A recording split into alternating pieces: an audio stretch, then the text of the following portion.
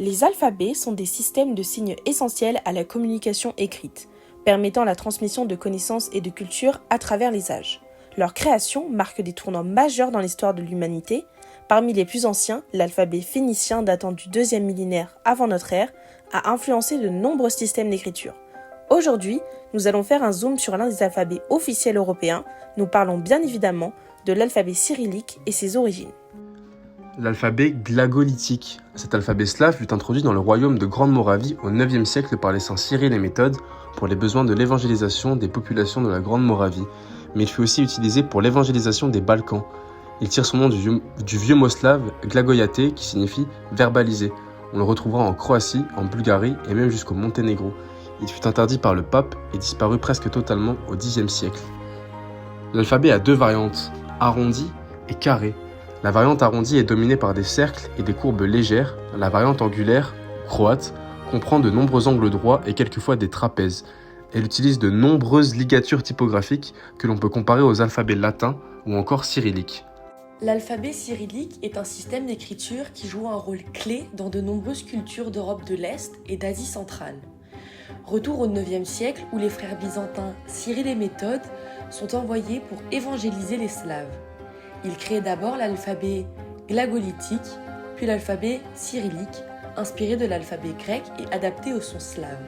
Cet alphabet devient rapidement un outil essentiel pour la diffusion du christianisme et de la culture slave. Nous poursuivons notre voyage à travers les siècles et les continents. L'alphabet cyrillique n'est pas seulement un outil religieux, mais il devient une pierre angulaire de l'identité culturelle de nombreuses nations. Aujourd'hui, l'alphabet cyrillique est utilisé par plusieurs dizaines de langues à travers le monde. Parmi les langues slaves, on trouve le russe, l'ukrainien, le bulgare, le serbe, le biélorusse et le macédonien. Mais ce n'est pas tout. Des langues non slaves utilisent également le cyrillique, témoignant de son incroyable adaptabilité. L'alphabet cyrillique moderne comprend entre 30 et 33 lettres selon les langues. Par exemple, le russe utilise 33 lettres. Chaque lettre est adaptée pour correspondre au son spécifique des langues slaves, ce qui en fait un système d'écriture efficace et harmonieux.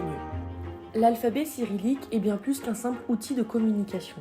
Il est le gardien de traditions millénaires, le véhicule de cultures riches et variées, et le témoin silencieux de l'histoire de peuples entiers.